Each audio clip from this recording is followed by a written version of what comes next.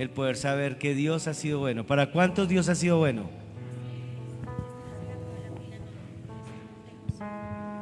¿Para cuántos Dios ha sido bueno?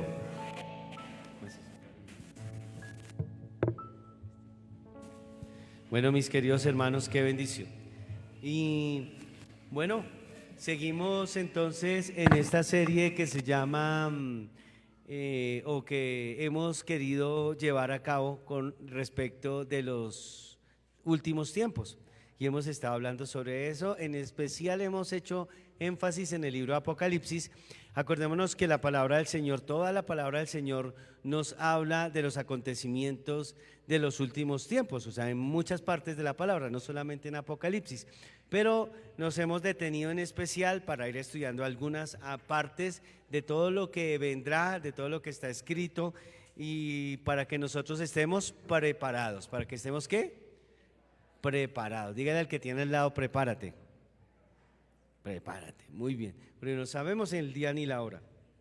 Bueno, y esta semana volví a hablar hablando con una de las personas, de tantos que hablé esta semana, me volví a recordar algo, y es que muchas personas le tienen miedo al libro del Apocalipsis, porque comienzan a leer y ven estas figuras y ven todo lo que va a pasar y ven la destrucción que se va a venir.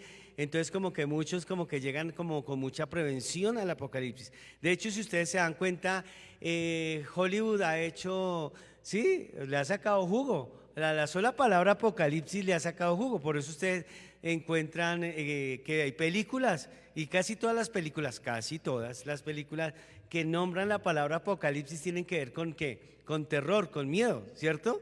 Entonces, pues ellos le han sacado jugo a la palabra como tal, no al libro, porque pues ojalá predicaran lo que, ¿cierto? Enseñaran lo que está aquí. Raro una que otra película que medio se asemeja a los acontecimientos que están escritos en el Apocalipsis. Las otras son puras invenciones, pero utilizan el nombre de Apocalipsis, ¿no? Para terror, eso ya se ha asociado con terror. Entonces, yo veía también que muchas personas, o más bien algunas, perdonen, tienen esa misma prevención. O sea, escuchan Apocalipsis y es como terrorífico. Claro, llegan allí donde están las copas de la ira, las trompetas, los ayes, y de cierto que eso va a ser algo terrorífico. O sea, la humanidad jamás, jamás, jamás ha vivido tanto terror como lo que va a vivir en esos últimos tiempos. Eso es cierto, un terror impresionante. Por eso es mejor uno estar preparado e irse en el rapto, amén. Nosotros creemos que el Señor viene antes de que todo eso suceda. ¿Quién lo cree? A raptar a su iglesia. Pues mejor irse, ¿sí o no? Y no tener que pasar. Pero por si acaso, no falta el que dice, no, pues vamos a ver que un poquito de adrenalina no le cae mal a nadie. Espero que no sea tu pensamiento, ¿listo? Entonces, produce o en algunos ese terror, entonces porque llegan a todos estos devenires que muestra la palabra de Dios que están aquí en Apocalipsis. Bueno, pero el libro de Apocalipsis no fue escrito como un manual de terror. La verdad, cuando Juan, el evangelista Juan, escribe Apocalipsis inspirado por el Espíritu Santo, pues no tenía en mente escribir un folleto que hablara de terror. Estaba hablando era de los acontecimientos futuros. Y si nosotros nos metemos bien en el libro de Apocalipsis, nos vamos a dar cuenta que hay mucho más que terror en este libro, muchísimo más cosas, y que ese no era el objetivo principal. Era el objetivo alertarnos a nosotros como pueblo, a estar, que nosotros como iglesia estemos pendientes. Bueno, para que cuando venga el Señor, pues todos nos vayamos con Él. Entonces, el título para hoy es Más allá del terror. ¿Más allá de qué? Más allá del terror. Porque vamos a aprender qué es lo que está aquí en este libro. ¿Listo? Varias cosas, no todo, pero sí algunas. ¿Listo? ¿Qué encontramos? Y es la respuesta que vamos a dar, o es la pregunta que vamos a tener y a la cual le vamos a dar respuesta hoy. ¿Qué encontramos en Apocalipsis aparte de las destrucciones venideras? Porque la mayor cantidad de personas que leen el Apocalipsis sin tener en cuenta la exégesis, sin tener en cuenta el resto de la palabra de Dios, todas las normas bíblicas para una correcta interpretación ni la hermenéutica, sino solo se meten ahí por ver qué puede estar diciendo. Entonces encuentran ahí pues todas estas cosas que se van a venir, y como ya les dije, que están aquí, que es las copas de la ira, que son las trompetas, que son los ayes, listo, que aquí está el falso profeta, el anticristo, el dragón, bueno, una cantidad de cosas que están aquí escritas, ¿listo? Entonces, ¿qué encontramos aquí en el libro del Apocalipsis, aparte de todas esas destrucciones? Y lo primero que vamos a encontrar en el Apocalipsis es que encontramos adoración. ¿Qué encontramos? O sea que Apocalipsis es un libro de adoración. Si ustedes van al final, vamos a ir al final y vamos a leer la palabra en Apocalipsis capítulo 22, versículo 20, y dice la palabra del Señor así: el que da testimonio de estas cosas dice, ciertamente vengo en breve. Amén, sí, ven, Señor Jesús. 21, la gracia de nuestro Señor Jesucristo sea con todos vosotros. O sea, cuando Él está escribiéndose o sellándose el libro del Apocalipsis, cuando Juan el evangelista, porque este es diferente a Juan el Bautista, Juan el evangelista está terminando de escribir, está diciendo, está clamando, Señor, ven pronto, dice acá, Señor, te estamos esperando. El Señor le dice, vengo en breve, ¿listo? Y dice, el que da testimonio de estas cosas. ¿Y quién es? Pues es Juan el que está escribiendo estas cosas. Y vayan conmigo antes, unos letras antes, unos versículos antes, vamos a encontrar que para finalizar el libro de Apocalipsis, el libro finaliza con adoración. Apocalipsis capítulo 22, versículo 8 y 9. Yo, Juan, el que oyó y vio estas cosas, después de que las hube oído y visto, me postré para adorar a los pies del ángel que me mostraba estas cosas. Pero él me dijo, mira, no lo hagas, porque yo soy consiervo tuyo, de tus hermanos los profetas, de los que guardan las palabras de este libro. Adora a Dios. Juan está terminando de ver todo lo que le ha sido mostrado, y eso lo llena de una expectativa tan grande, porque él ha visto la magnificencia del Señor, está terminando de escribir Apocalipsis, y el ángel le está diciendo, con el que él está hablando, le está mostrando ya lo último, el sello final, lo que él tiene que escribir, y él en un acto de adoración, sin darse cuenta de lo que está haciendo en ese momento, se intenta postrar ante el ángel para adorar, pero el ángel le dice, no, solo tienes que adorar ¿a quién? A Dios. O sea que el libro termina diciendo, hay que adorar a Dios. Y es increíble que el libro comienza mostrando la magnificencia de Cristo y en adoración. Apocalipsis capítulo 1, versículo 17, dice la palabra del Señor, comenzando nomás el libro de Apocalipsis. Dice, cuando le vi, caí como muerto a sus pies, y él puso su diestra sobre mí, diciéndome, no temas, yo soy el primero y el postrero. Está diciendo aquí la palabra del Señor. Dice, caí como muerto, estoy aquí impresionado, cayó a los pies del Señor, y caer a los pies del Señor es adorar al Señor. O sea que el libro comienza con adoración. Pero los primeros 3 capítulos de Apocalipsis son los sucesos que nosotros vamos a ver en la tierra. Por eso los primeros 3 capítulos están hablando del mensaje a las iglesias. O sea que esos 3 primeros son cosas que se van a dar en la tierra o que se han venido dando a través de la historia. Creemos firmemente que el mensaje a las iglesias es un mensaje dado a la iglesia a través de toda la historia. ¿Listo? Y comenzamos entonces en el capítulo 2, versículo 1. Y hablando de una descripción que se hace del Cordero, es decir, de Cristo. Escribe el ángel de la iglesia a Éfeso, el que tiene las 7 estrellas en su diestra, el que anda en medio de los 7 candeleros de oro, dice esto. Está escribiendo a Jesús, está diciendo la grandeza de Jesús. O sea que el mismo Juan está que contemplando, está en una contemplación, está adorando, porque adorar también es contemplar. Y dice la palabra en Apocalipsis 2:8, y escribe el ángel a la iglesia en Esmirna, el primero y el postrero, el que estuvo muerto y vivió, dice esto. Otra descripción de él. En el versículo 12 dice, hablando a la iglesia en Pérgamo, y escribe al ángel de la iglesia en Pérgamo, el que tiene la espada aguda de 2 filos, dice esto. Está hablando de Jesús mismo. En el capítulo 3, versículo 1, el mensaje a Sardis, por ejemplo, se nos dice, escribe el ángel de la iglesia en Sardis, el que tiene los 7 espíritus de Dios y las 7 estrellas, dice esto. Está hablando y describiendo a Jesús. Escribe en el capítulo 7, en el versículo 7 del capítulo 3, perdón, dice lo siguiente, hablando a la iglesia de Filadelfia, escribe el ángel de la iglesia en Filadelfia, esto dice el santo, el verdadero, el que tiene la llave de David, el que abre y ninguno cierra, y cierra y ninguno abre. Versículo 14 de este mismo capítulo, dice la palabra a la Odisea, la iglesia de los últimos tiempos. Dice, y escribe el ángel de la iglesia en la Odisea, aquí el amén, el testigo fiel y verdadero, el principio de la creación de Dios, dice esto. Está escribiendo, o sea que en todo momento, a través del Apocalipsis, se ve cómo se está adorando ¿a quién? A Jesús. Entonces ya dijimos, los 3 primeros capítulos habla de la iglesia todavía en la tierra. Es decir, en esto creemos nosotros que estamos viviendo la época de la Odisea, y después explicaremos un poco más al respecto. A partir del capítulo 4 ya es el momento en que la iglesia es raptada. Amén. O sea, ya todo lo que vamos a ver aquí son los sucesos después del rapto, y estas imágenes se suceden en el cielo.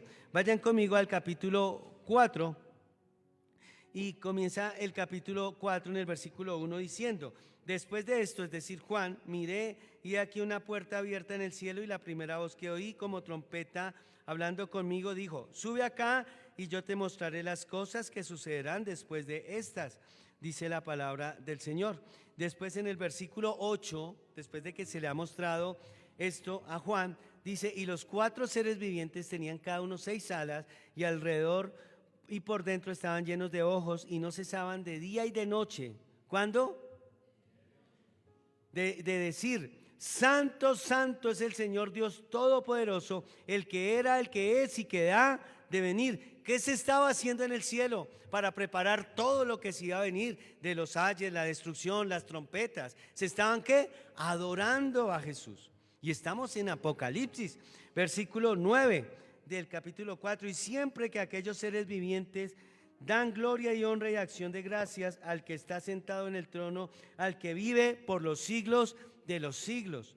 Versículo 9, y ya lo acabamos de leer, perdón. Versículo 10, los 24 ancianos se postran delante del que está sentado en el trono y adoran. ¿Qué hacen los 24 ancianos? Capítulo 4, versículo 10, adoran, mis queridos hermanos. Dice aquí la palabra: al que vive por los siglos de los siglos, y echan sus coronas delante del trono diciendo. Entonces, ¿qué están haciendo? Adorando. Es decir, antes de que la iglesia, o la iglesia en todas las épocas, ¿qué hace la iglesia? Adorar. Ahora vemos que la imagen cambia, o el escenario cambia, y ahora ¿qué se está haciendo? Adorando. Ahí todavía no se han descubierto todas las cosas, ni los sellos, ni las trompetas, ni los ayes, ¿sí? Ni las copas de la ira, todavía no. Hasta ahora se está preparando todo eso que es de destrucción, pero ya preparando todo eso, siempre se adora al que vive y al que reina. Ahora, vayan conmigo al capítulo 5, versículo 8. Ya comienza a desenrollarse los rollos, perdona la redundancia, comienzan a aparecer todo lo que se va a devenir, y dice el versículo 8: y cuando hubo tomado el libro de los 4 seres vivientes y los 24 ancianos, se postraron delante del Cordero. Todos tenían arpas y copas de oro llenas de incienso, que son las oraciones de los santos. ¿Qué estaban haciendo? Adorando, mis queridos hermanos. Entre el 6º y el 7º sello, que ya son los juicios, que ya es el terror, ¿listo? Dice Apocalipsis 7:11. Dice, por ejemplo, la palabra de Dios, y todos los ángeles estaban en pie alrededor del trono y de los ancianos y de los 4 seres vivientes, y se postraron sobre sus rostros delante del trono. ¿Y qué hicieron? Adoraron, mis queridos hermanos, adoración. Después, cuando se toca la séptima trompeta, o sea, ya han pasado muchos juicios, mucha destrucción, para seguir la destrucción con esa séptima trompeta, una vez más, Apocalipsis capítulo 11, versículo 16. Estoy recorriendo todo Apocalipsis y lo que yo encuentro aquí es adoración. Apocalipsis 11, 16 dice: y los 24 ancianos que estaban sentados delante de Dios en sus tronos se postraron sobre sus rostros y adoraron. ¿Qué hicieron? Adoraron, mis queridos hermanos. Cuando se va a desatar las 7 plagas postreras, que va a ser una de las cosas más terribles, las 7 plagas postreras, así lo dice la palabra, en Apocalipsis capítulo 15, versículos 3 y 4 dice lo siguiente. Dice: y cantan el cántico de Moisés, siervo de Dios, y el cántico del Cordero, diciendo: grandes y maravillosas son tus obras. Ahí se lo pongo hasta con música. Señor Dios todopoderoso, justos y verdaderos son tus caminos, Rey de los santos, Rey de los santos, Rey de los santos. ¿Quién no te temerá, oh Señor, y glorificará tu nombre? Pues solo tú eres santo, por lo cual todas las naciones vendrán y te adorarán, y te adorarán. Aleluya, amén, amén, amén, aleluya, amén. Dele un aplauso al Señor.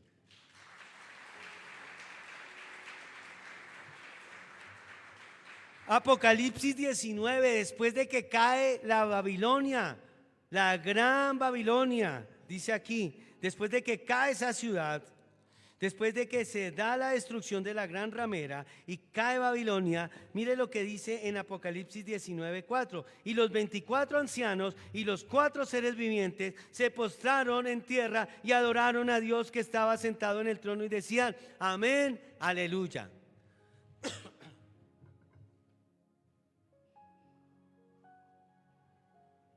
Y esto me dice a mí y nos dice a nosotros que Apocalipsis es un libro de adoración.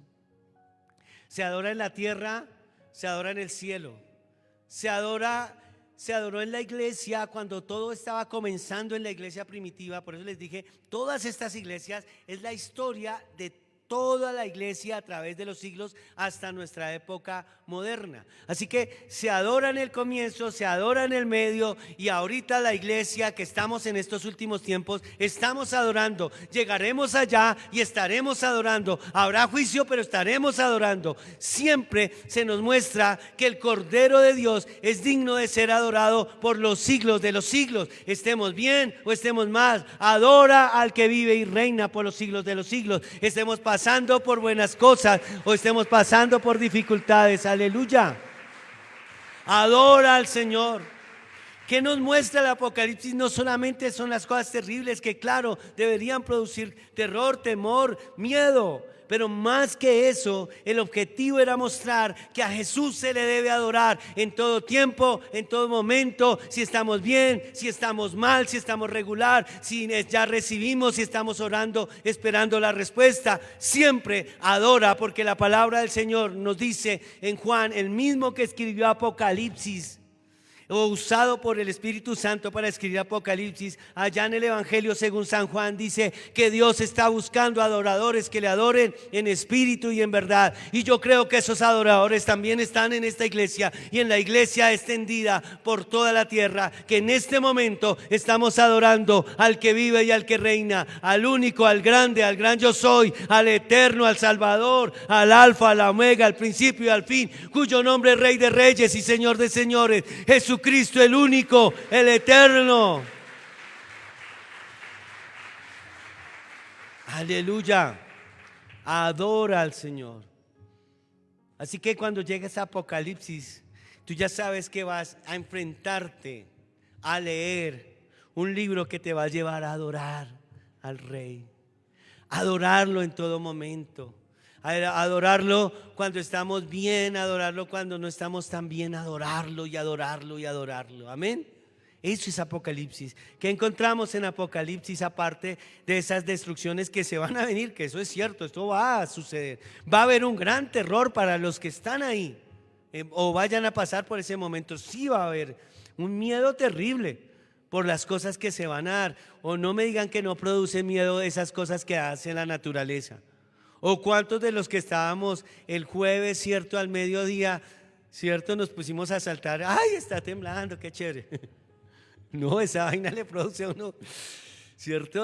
Algunos que sienten más que otros, otras personas que son insensibles, dirían por ahí, no sienten. ¿Sintió temblor? ¡Oh! Y estaban en un 11º piso y no, yo creo que alguien en un 11º piso que no ha sentido el temblor es alguien muy insensible. Pero la mayoría, el 90 y pico % de los que estamos aquí en Cundinamarca sentimos eso, o por lo menos aquí en Facatativá. ¿Y cómo se siente? Es una sensación tremenda. Imagínase eso multiplicado N veces. Pues claro, el terror es tremendo. Pero a eso no nos lleva el libro de Apocalipsis. Más que llevarnos a eso, es a llevarnos a ver que Jesús debe ser adorado en todo tiempo y en todo momento por nosotros los que decimos ser sus hijos. Amén. Adóralo. Mira, si estás bien de salud, adóralo. Si estás en la enfermedad, adóralo. Si estás con mucho dinero en el bolsillo, digan amén. Adóralo. O si de pronto ahorita estás pensando, salgo de aquí, adóralo igual. Si estás bien en tu casa con todos y todo el mundo te sonríe bien, adóralo. Si todo el mundo te está alegando en la casa igual, adóralo. Porque Dios es digno de ser adorado en todo tiempo y en todo lugar. Amén. Adóralo. Y cuando el pueblo adora a Dios y alaba a Dios, suceden cosas. ¿Cosas qué? Maravillosas. La actitud cambia. Yo cuando tengo problemas, ¿cierto? Y adoro, mi actitud de cómo veo las cosas es diferente.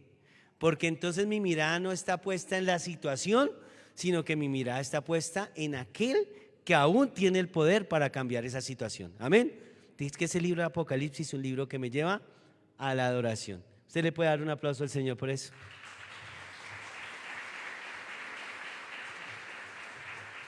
Número 2, ¿qué más encontramos? Encontramos confrontación personal.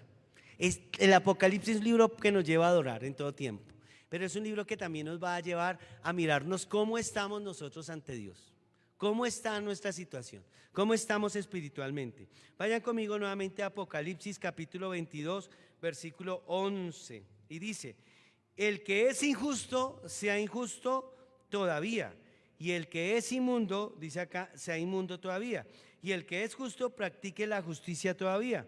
Y el que es santo, santifíquese todavía.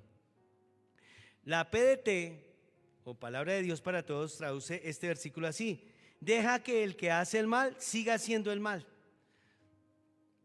que el impuro siga siendo impuro. Así dice la PDT. Ahora nosotros tenemos que saber que la palabra del Señor usa, y yo les he dicho muchas veces, muchas figuras literarias, porque no falta el que diga: pero ahí la Biblia me está diciendo que yo puedo ser injusto, es más, me manda. Es que no falta el que coge la Biblia así: mire, la Biblia me está diciendo que yo sea injusto. Es más, dice que el que está haciendo el mal, pues yo sigo haciendo, mire, soy bíblico, no falta. Pero lo que pasa es que se les ha olvidado, o no saben o no conocen, que la palabra del Señor, que utiliza figuras literarias, está utilizando aquí es un sarcasmo. ¿Qué es un sarcasmo? Ustedes ya les he dicho varias veces, como cuando alguien, ¿cierto?, ve que su hijo está mal en el colegio, están que lo echan, que le llaman a uno la atención, que lo llaman a 1 o 2 de la tarde y le dicen: Señor, lo necesitamos en el colegio. Y como he dicho otras veces, siempre que yo no sé por qué no lo llaman a uno a las 2 para felicitarlo. Siempre es cuando algo pasa mal. ¿Es así o no es así? ¿A quién lo han llamado a las 2 de la tarde a decirle: oiga, su hijo tremendo hombre, no, se ganó la medalla? ¿Alguno lo han llamado? Pero ¿a cuántos? No van a levantar la mano, lo han llamado para decir a las 2: venga que lo necesitamos. Y va uno y el chino está mal, ¿cierto? Entonces él está mal porque está tirándose de todas las materias, ya los profesores no saben qué hacer con el chico o con la chica. Y entonces Nosotros lo vemos y sabemos que sí es así, que no es injusto lo que están diciendo, sino que el chino realmente ha sido la niña, la chica. ¿Y uno qué le dice? O muchos padres que hacen, dice, muy bonito, ¿no? Mire, nomás con el hecho de muy bonito, el chino ya sabe qué es lo que le espera. Cuando le dice, muy bonito, siga así. ¿Alguno le ha dicho así al hijo? Ah, miren, ¿cierto? Que le dice, eso siga así, que así va bien. ¿Así va bien? No va bien. Lo que pasa es que uno tiene tanta ira que no le quiere decir todo lo que uno tiene. Y uno usa ese sarcasmo para decirle eso. Pero obviamente el tono, los ojos grandes de uno, la boca, el semblante, ya le está diciendo al chino qué es lo que le espera en la casa. Sí, es así. Pues el sarcasmo es eso. Es una manera de decirle, oiga, póngase pilas, que es lo que uno le está diciendo al hijo o a la hija. Oiga, póngase a estudiar. ¿Qué tiene que hacer en la vida? Solo estudiar. No lo tengo haciendo nada más sino estudiando. Póngase las pilas, saque adelante. Mire, de 20 materias está viendo 22. Hola, no es justo. No es justo. Es que la verdad, los chicos de hoy en día, esta generación de cristal, no es como, ¿cierto? Que le tocaba a uno, no era que si uno quería, es que prácticamente lo obligaban a salir a trabajar.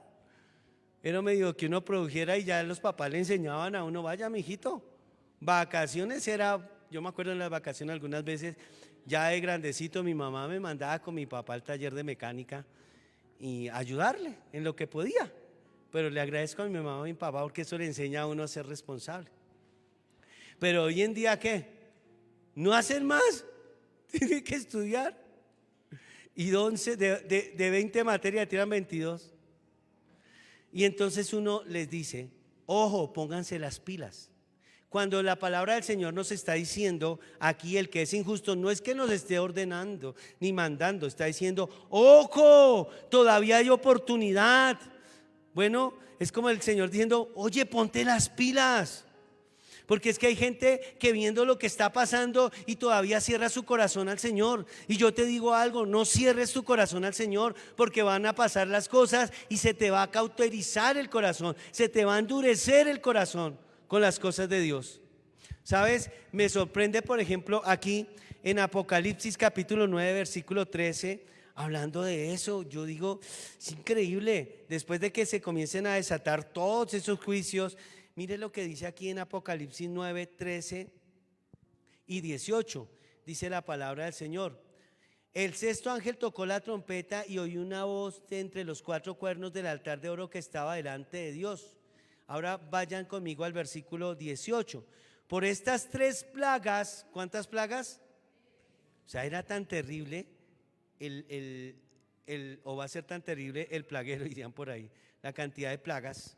Dice, por estas 3 plagas fue muerta la tercera parte de los hombres, por el fuego, el humo y el azufre que salían de su boca. O sea, ni aún, oiga, es tan tremendo que están viendo ahí lo que les está sucediendo a otras personas. Y dice el versículo 20, vayan conmigo a Apocalipsis 9:20. Y los otros hombres que no fueron muertos con estas plagas, ni aún así que se arrepintieron de las obras de sus manos, ni dejaron de adorar a los demonios y a las imágenes de oro, de plata, de bronce, de piedra y de madera, las cuales no pueden ver, ni oír, ni andar. Ni porque están viendo lo que está pasando ahí, no dejan ¿de qué? De hacer lo malo.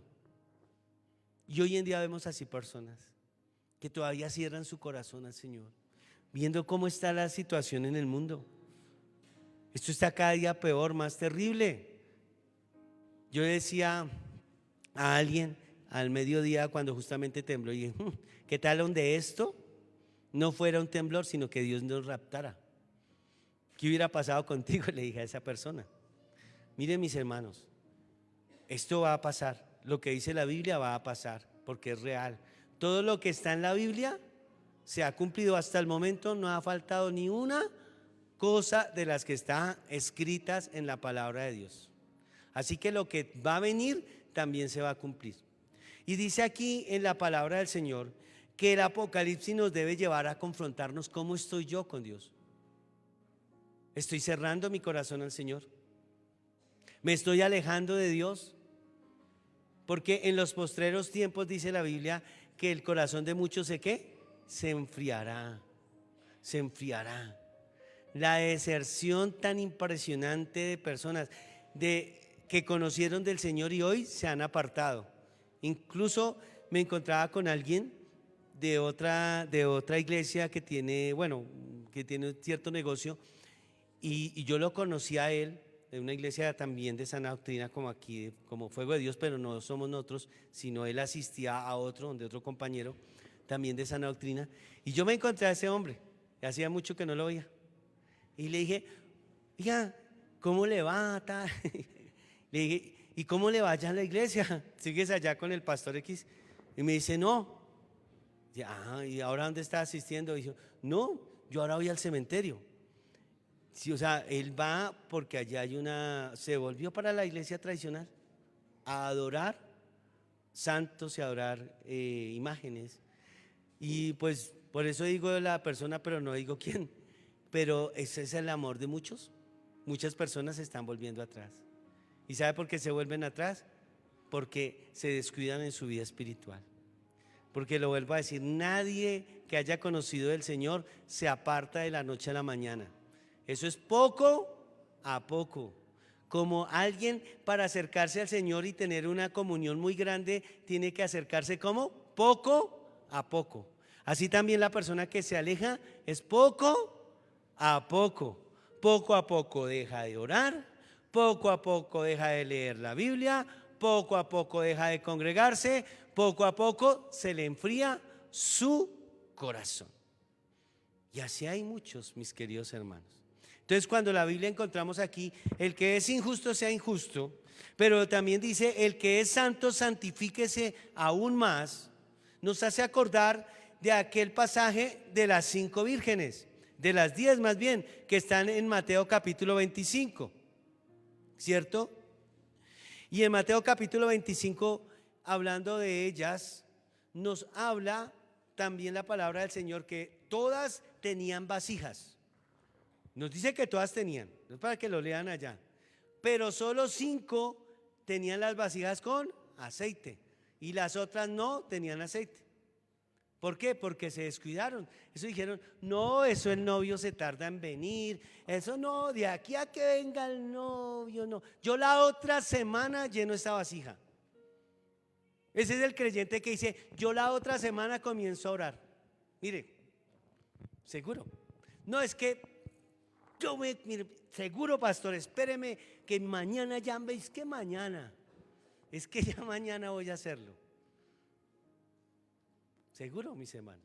Y así comienzan a posponer y a posponer y a posponer su vida. Y claro, se van enfriando poco a poco, así como esas vírgenes que estaban desapercibidas, dice la palabra del Señor, porque no habían llenado sus cántaros, no habían llenado sus vasijas. Y cuando vino el novio, ¿qué pasó?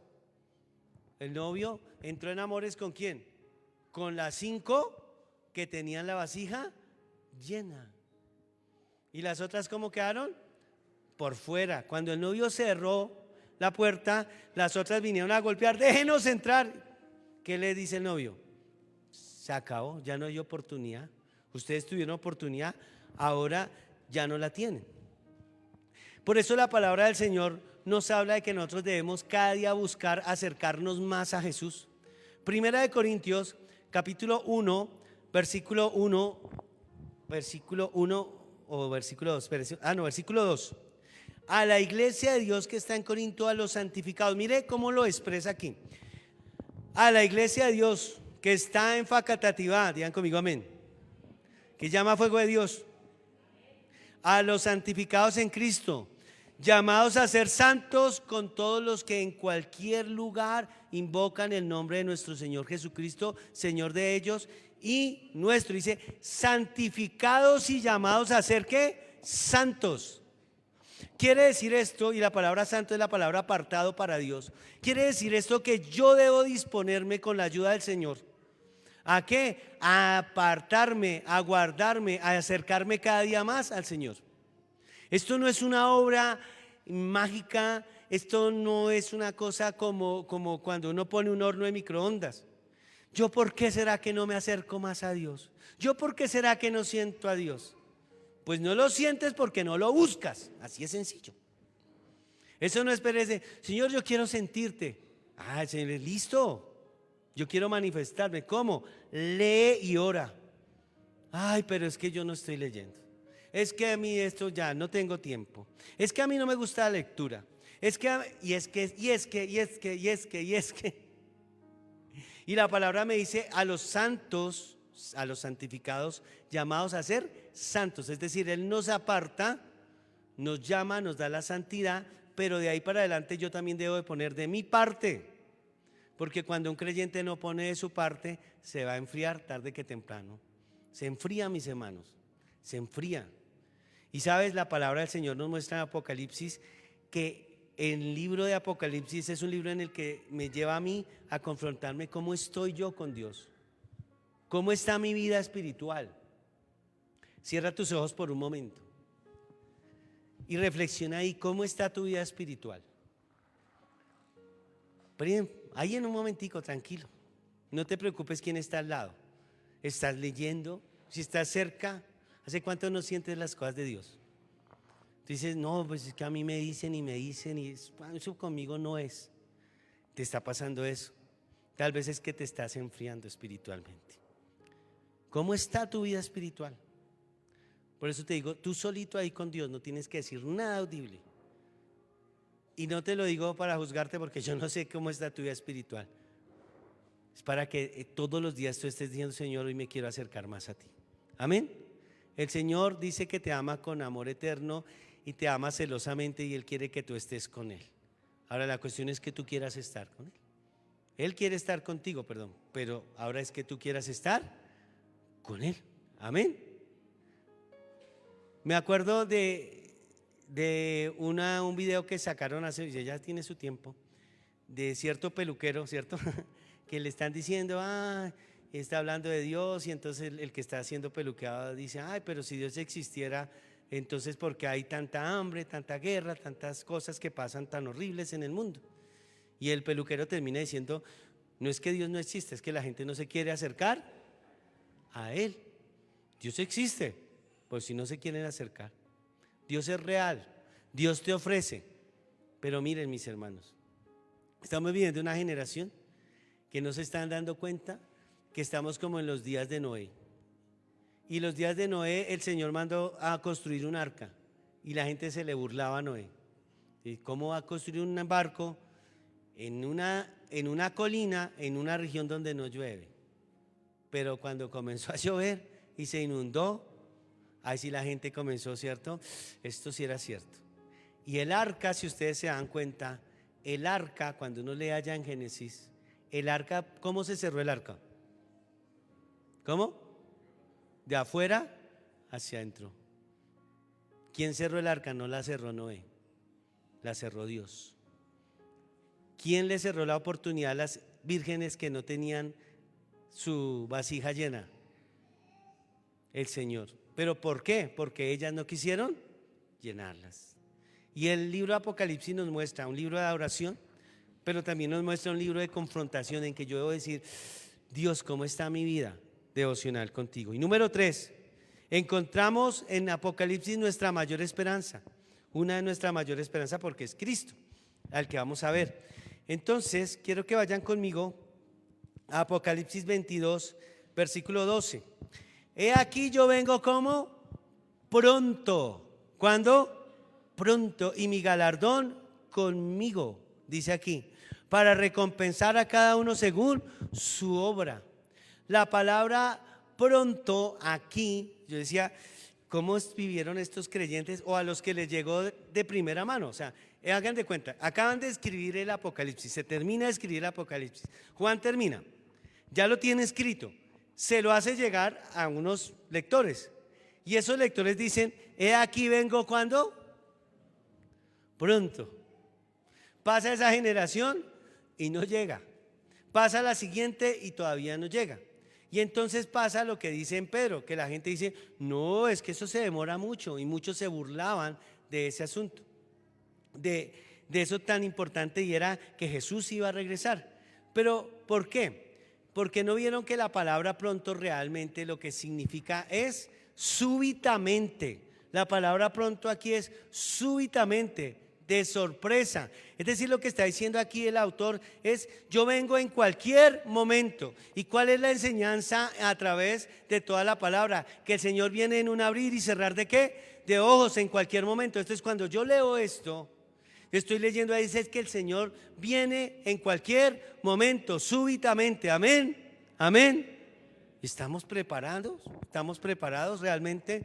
Esa sería nuestra consigna, lo que yo les decía ahorita. Y vayan conmigo a Tito, capítulo 2, versículo 13 y 14. Tito nos dice la palabra del Señor, o más bien Pablo escribiéndole a Tito. ¿Listo? Le escribe a Timoteo y a Tito y a Filemón.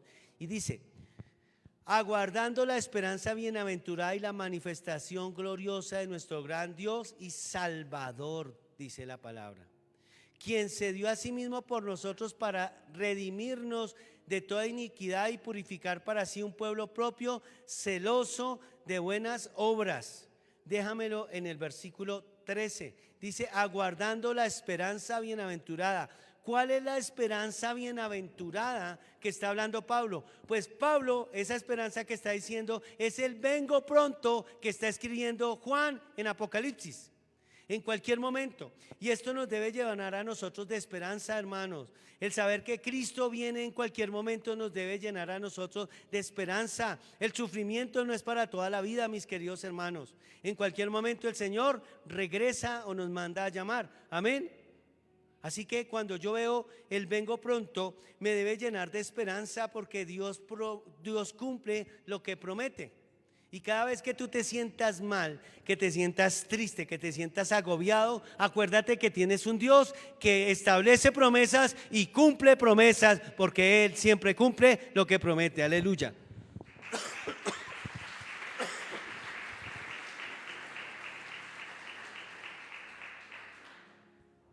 De tal manera que ese vengo pronto nos debe llenar de mucha esperanza, porque el que lo está afirmando es Jesús mismo. Jesús mismo le dice en cualquier momento: no te preocupes, manada pequeña, yo estoy ahí contigo. Y cuando yo me enfrento a la vida con esa visión, las cosas cambian, porque mi centro entonces ya no soy yo, sino mi centro es Dios. Entonces los problemas se vuelven más llevaderos, las tristezas se van más rápido. ¿Por qué? Porque sé que Jesús cumple lo que promete. Ese vengo pronto es diciéndote: yo estoy contigo en todo momento. Es más, cuando Él se fue, dice Mateo, dice: y yo estaré con ustedes todos los días hasta el fin del mundo. Y quiero decirte que en todos mis años que llevo de conocer del Señor, nunca, ni un solo día, mi Señor ha faltado esa promesa. Siempre ha estado conmigo, porque Él cumple lo que promete. Aleluya. Y Él te merece toda la gloria y la honra por los siglos de los siglos. Aleluya. Ese aquí vengo pronto es: llénate de esperanza, hermano. Porque uno a veces solamente está mirando la circunstancia y la circunstancia y la circunstancia. Y si la circunstancia es adversa, ¿cómo se le vuelve a uno la vida? Se le vuelve una vida de circunstancia adversa.